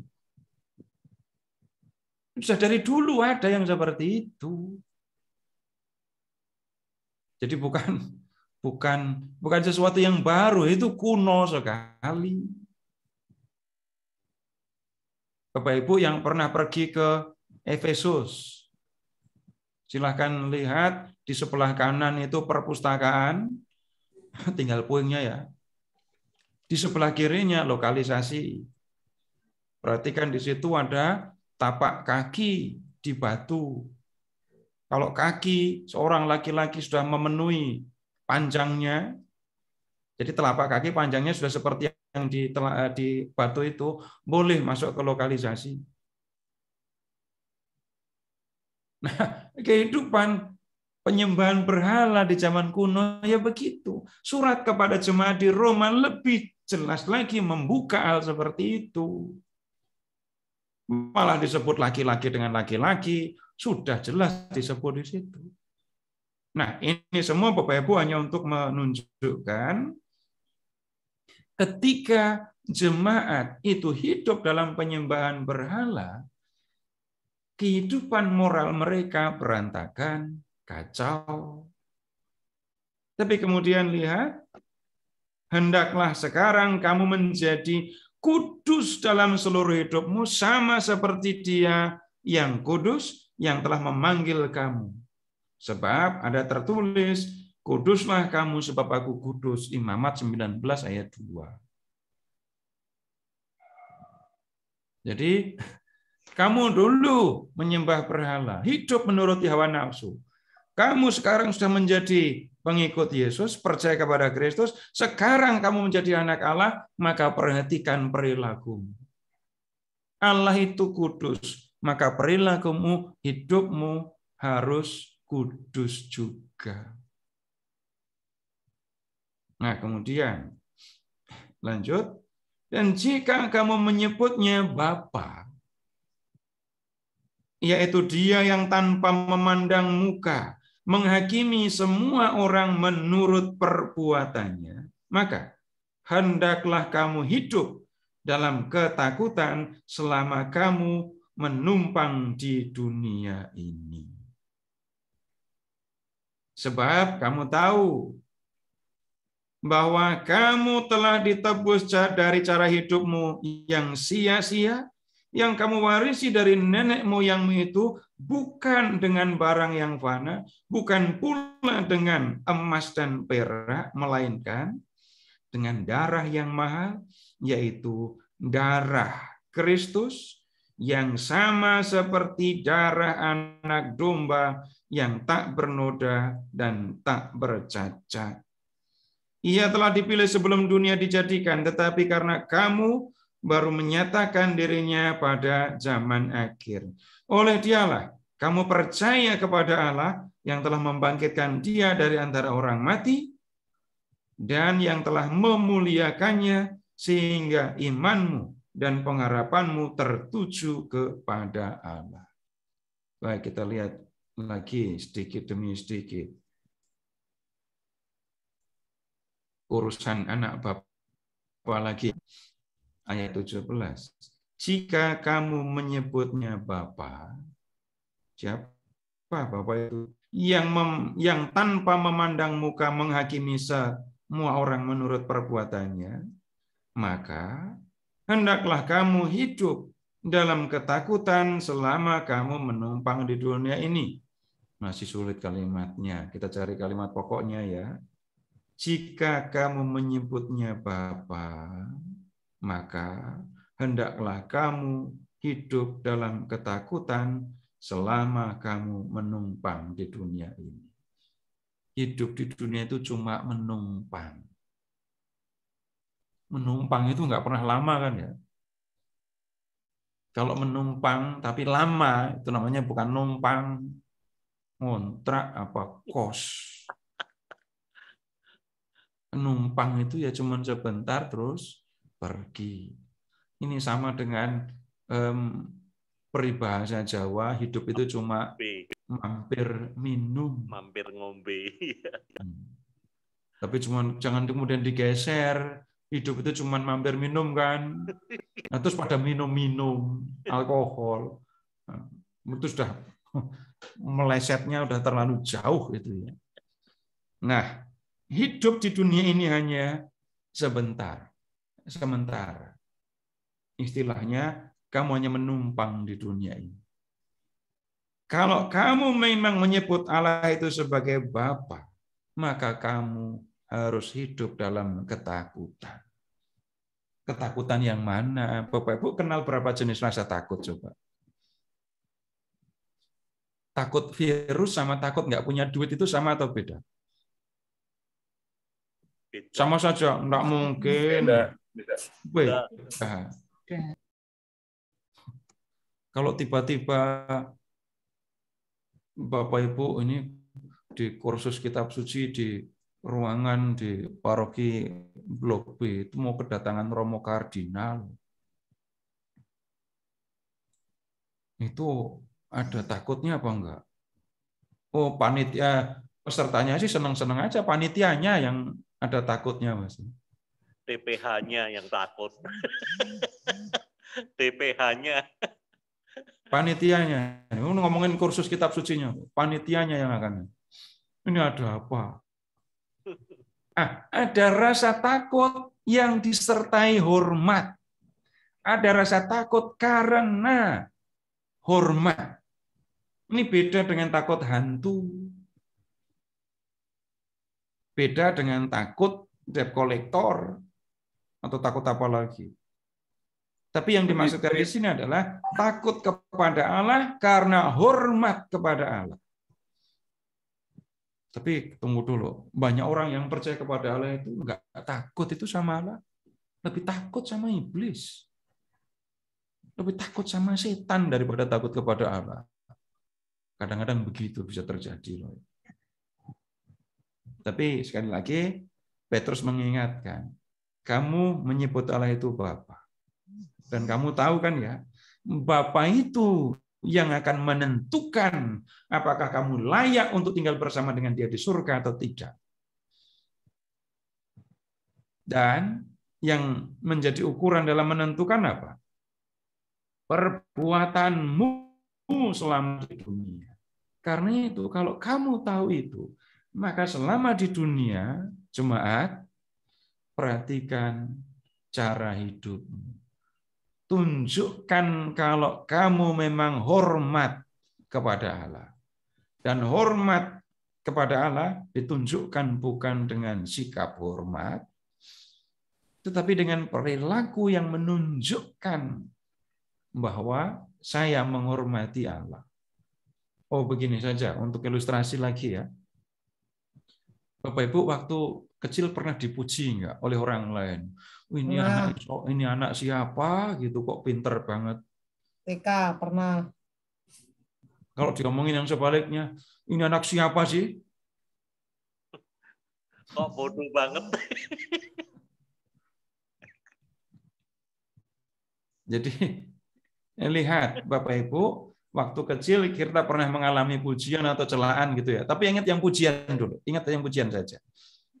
Setelah mulai tambah besar, muncul kan kesadaran di dalam hati, aku tidak mau mempermalukan orang tua saya. Kalau situasi khusus urusannya lain loh ya. Aku sengaja membuat malu orang tua saya, itu urusan lain. Tapi silahkan melihat hal yang positif ketika kesadaran sudah muncul dalam diri kita. Aku tidak mau membuat malu orang tua saya.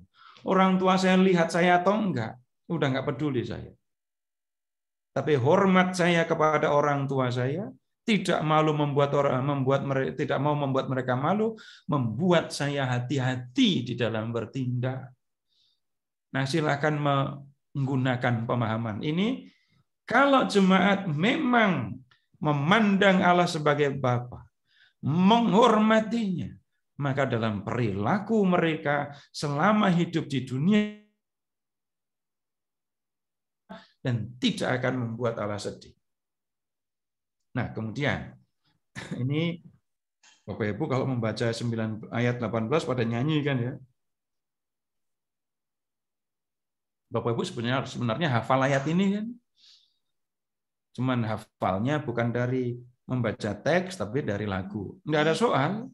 Lagu menjadi sarana bagi kita untuk mengingat firman. Enggak ada masalah. Nah, jemaat diajak untuk mengingat betapa Bapa sudah mengasihi jemaat sebelum mereka menjadi orang yang percaya.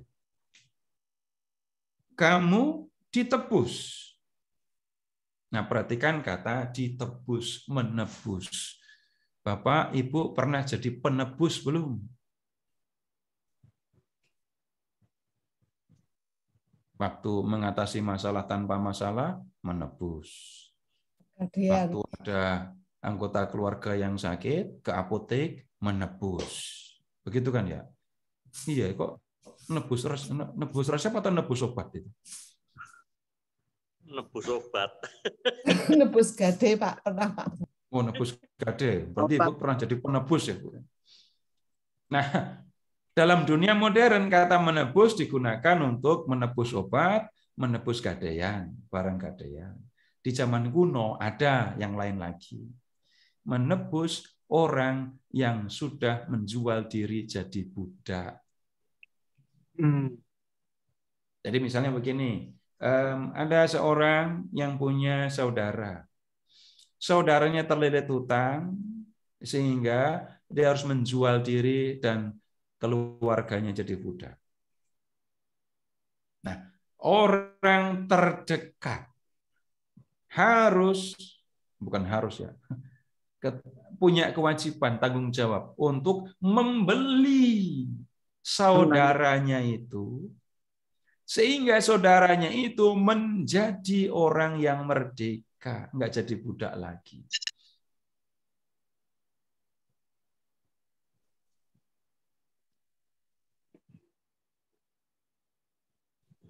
Jadi kata menebus yang dimaksudkan dalam surat Petrus ini sebenarnya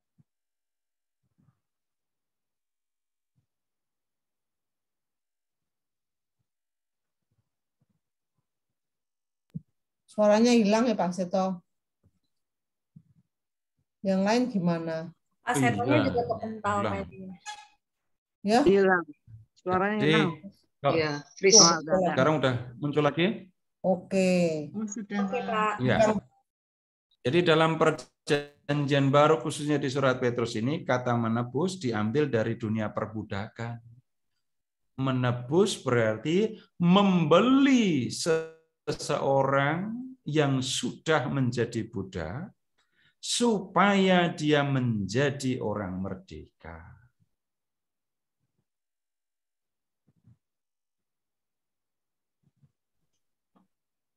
Nah, sekarang gambaran ini diterapkan pada jemaat.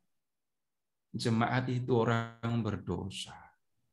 Mereka sudah menjadi budak dosa. Mereka hidup mengikuti hawa nafsu, mereka menyembah berhala, mereka menjalani hidup yang sia-sia tadi. Tapi kemudian Kristus membebaskan mereka. sehingga mereka tidak lagi menjadi budak dari hawa nafsu, tidak menjadi budak dari dosa, tapi sekarang menjadi anak Bapa. Bagaimana ini dilakukan? Lihat gambaran dari dunia perbudakan. Kristus atau Bapa membeli para anggota jemaat, menjadikannya anak Bapa, tapi belinya bukan dengan uang atau permata atau emas, belinya dengan darah. Jadi maksudnya para anggota jemaat itu dulu orang berdosa, penyembah berhala, hidup menuruti hawa nafsu, tapi Yesus di kayu salib menghapus dosa mereka, menanggung hukuman yang harusnya ditanggung oleh mereka karena kejahatan mereka dan karena dosa mereka. Dan karena itu, sekarang mereka menjadi anak Bapa. Nah, kemudian lihat berikutnya ke ayat 20. Ia telah dipilih sebelum dunia dijadikan, tetapi karena kamu baru menyatakan dirinya pada zaman akhir. Yaitu di zaman perjanjian baru itu, di zaman Yesus yang mempersembahkan diri di kayu salib. Oleh Dialah kamu percaya kepada Allah yang telah membangkitkan Dia dari antara orang mati dan yang telah memuliakannya, sehingga imanmu dan pengharapanmu tertuju kepada Allah. Nah, emangnya sebelumnya tertuju kepada siapa? Nggak jelas. Para berhala itu menjanjikan apa? Atau penyembahan berhala memberikan harapan apa kepada para penyembahnya? Nggak jelas. Seringkali seperti yang saya sebutkan tadi, hanya menunjuk kepada pemenuhan hawa nafsu. Tetapi sekali lagi, karena Kristus yang sudah bangkit dari kematian, jemaat menjadi percaya, dan kemudian mereka mengarahkan diri sepenuhnya kepada Allah. 22. Karena kamu telah menyucikan dirimu oleh ketaatan kepada kebenaran, sehingga kamu dapat mengamalkan kasih persaudaraan yang tulus ikhlas, hendaklah kamu bersungguh-sungguh saling mengasihi dengan segenap hati. Karena kamu telah dilahirkan kembali, bukan dari benih yang fana, tetapi dari benih yang tidak fana, oleh firman Allah yang hidup dan yang kekal. Ini kalimatnya luar biasa ini ya. Kamu dilahirkan kembali, bukan dari benih yang fana, seperti ketika kamu lahir dari orang tuamu. Tetapi kamu dilahirkan dari benih yang tidak fana. Apa itu? Firman Allah yang hidup dan yang kekal. Kamu menjadi percaya kepada Kristus, diangkat menjadi anak Allah, dan akan menerima warisan surgawi itu, ya, karena firman Allah yang telah kamu terima. Nah, ini nyambung dengan diskusi singkat kita tadi tentang makna membaca kitab suci tadi kan. Nah, Bapak Ibu, sampai di sini apakah ada yang mau disampaikan? Kalau ada, silahkan. Silakan Bapak Ibu, bagi yang memiliki pertanyaan langsung Bang Unmute mic dan bertanya ke Pak Seto.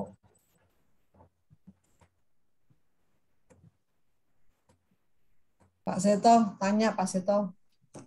Ini maksudnya kamu telah dilahirkan kembali itu apakah yang dimaksud baptisan itu apa ya Pak Seto?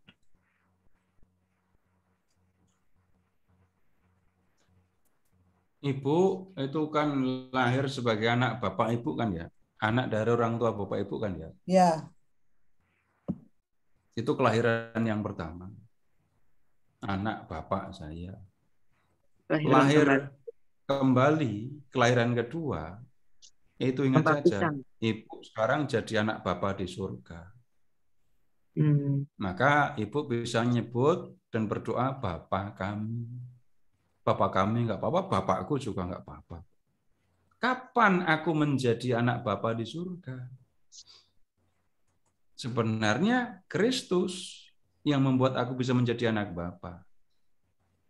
Aku mendengar berita tentang Kristus, aku percaya, dan kemudian karena kepercayaan itu aku menjadi anak Bapa. Poinnya pada kepercayaan. Baptis urusannya berkaitan dengan tanda orang percaya. Ya, tapi ya urusannya dengan percaya. Nanti kalau hanya menyebut kelahiran kembali itu sama dengan baptis, nggak ada percayanya, nggak ketemu. Ya.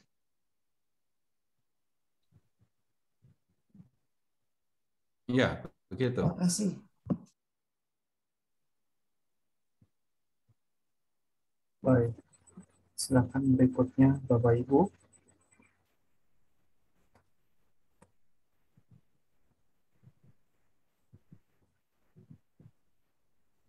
Nggak ada? Nggak apa-apa kalau nggak ada. Iya, nggak ada Pak. Baik, sekarang begini kalau tidak ada.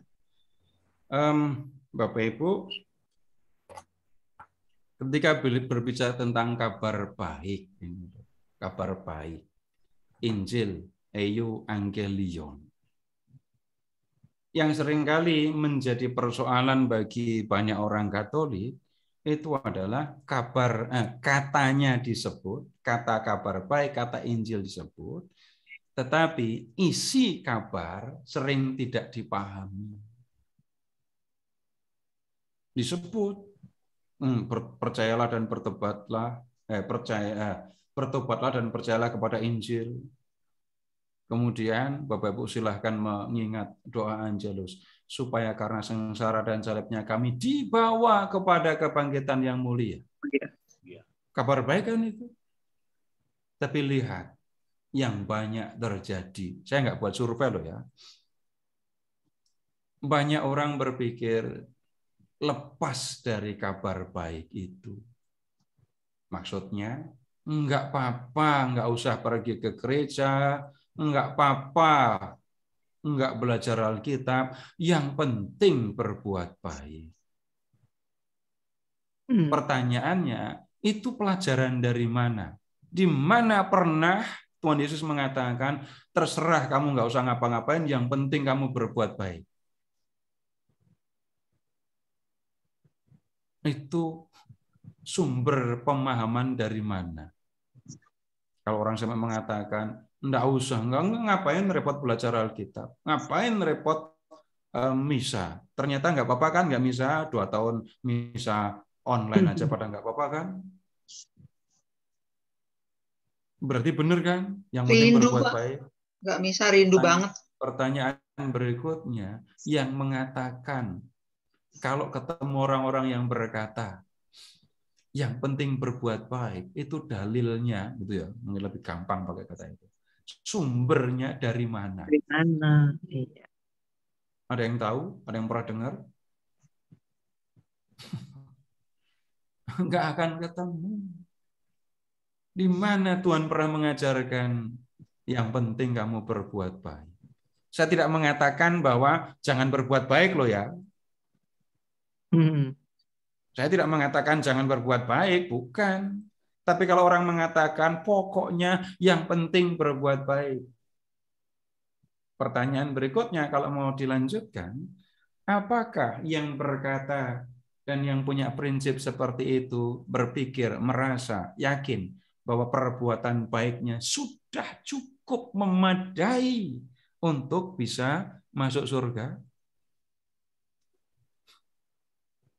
Siapa yang berani mengatakan, tidak ada masalah buat saya perbuatan baik saya sudah cukup kok. Kalau orang berpikir bahwa perbuatan baik saya itu sudah cukup untuk masuk surga, pertanyaan berikutnya, ngapain Tuhan Yesus harus mati di kayu salib? Iya, betul. Enggak perlu dong Yesus mati. Kamu kan sudah cukup berbuat baik. Perbuatan baikmu sudah cukup untuk membawa kamu ke surga kan? Ngapain Yesus harus mati? Enggak, kalau begitu dari situ kemudian muncul pemahaman yang lebih lebar lagi. Oh, benar kan? Kalau begitu semua agama sama. Dan saya berani memastikan orang yang mengatakan bahwa semua agama sama itu bahkan tidak paham dengan isi iman, bahkan imannya sendiri. Kalau ada yang sampai mengatakan semua agama sama, ya sudah pasti dia nggak belajar. Kalau nggak percaya, kalau pernah ketemu orang kayak gitu, tanya aja surat Petrus ini, dia paham apa enggak. Kalau nggak pernah baca 1 Petrus kok bisa mengatakan semua agama sama. Pasti nggak pernah belajar yang seperti ini. Sama untuk beberapa hal, iya. Kemudian kalau ada anak muda yang mau menikah, pacarnya beda agama, dia mau ikut agama pacarnya, alasan ke orang tuanya, nggak apa-apa, toh semua agama sama. Nah, bapaknya sih nggak usah bingung, ibunya nggak usah bingung. Kalau semua agama sama, udah suruh dia yang ikut agamamu, mau apa enggak, udah selesai kan? Nah, sekarang begini, ketika kita berbicara tentang kabar baik, ini yang sebenarnya menjadi isi iman Kristiani. Bapa mengangkat aku menjadi anaknya, dan dia memberikan kepadaku warisan harta surgawi. Sekali lagi, yang namanya warisan itu orang tidak perlu berusaha. Orang tidak perlu bekerja keras supaya mendapatkan warisan. Kita ngomong apa adanya ya, bukan kemudian yang, iya saya berusaha supaya dapat warisan dari orang tua saya karena saya pengennya dapat banyak. Bukan itu yang dimaksudkan. Warisan itu diterima, bukan diusahakan. Dan ini boleh periksa, boleh cek. Bapak Ibu yang pernah memiliki agama dan kepercayaan lain, silakan lihat apakah pernah menghadapi, memiliki pemahaman, keyakinan yang seperti ini. Begitu dekatnya Bapa Allah dengan manusia, sehingga Bapa menempatkan diri sebagai Bapa untuk manusia. Nah, kemudian lihat, kalau saya diangkat menjadi anak Bapa, maka ya saya akan berlaku takut kepada Bapa, hormat kepada Bapa. Saya akan menyesuaikan hidup saya dengan jati diri saya sebagai anak Bapak saya.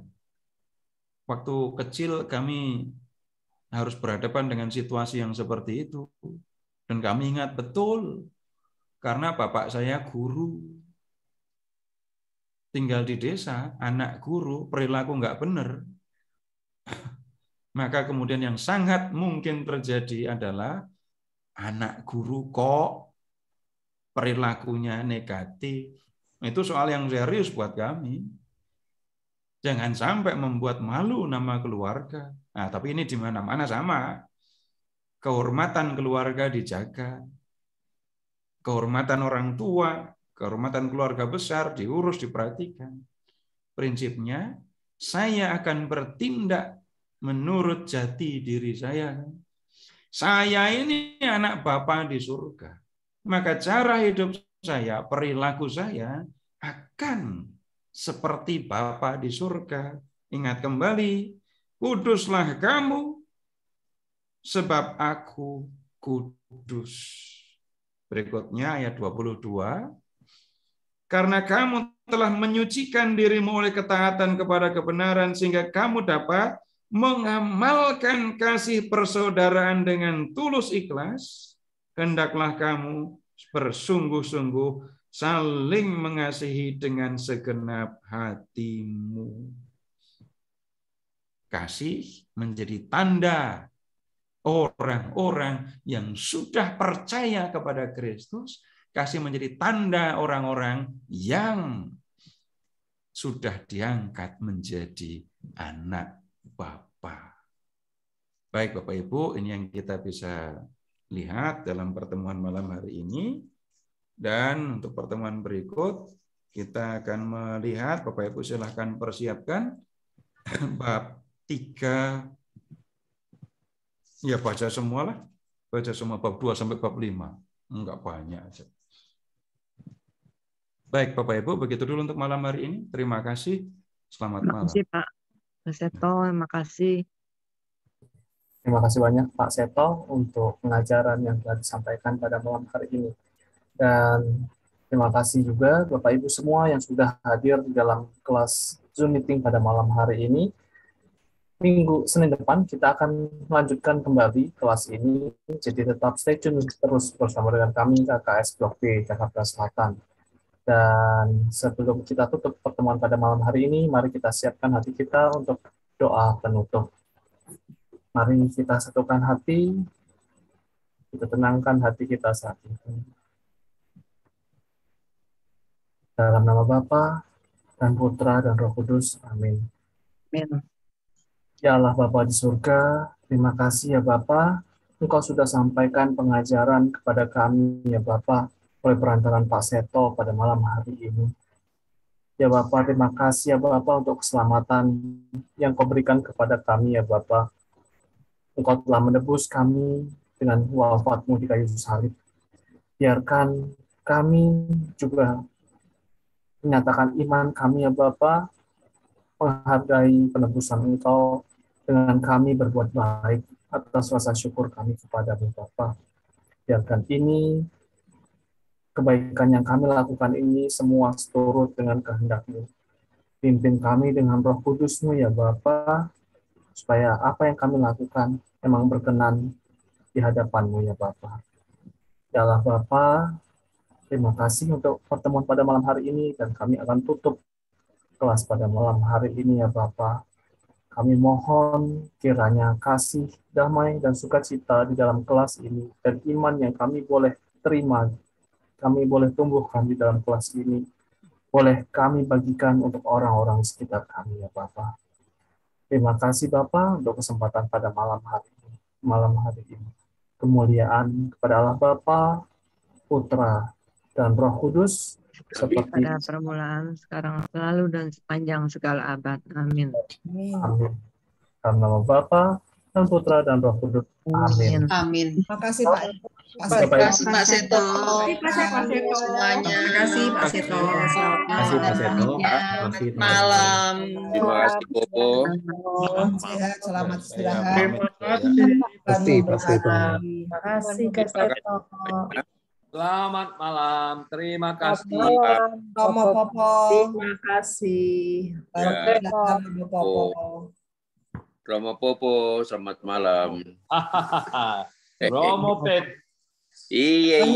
Banyak yang nggak bisa masuk ya Pak. Banyak yang nggak bisa. Kenapa ya? Udah Pak ya, buka baju.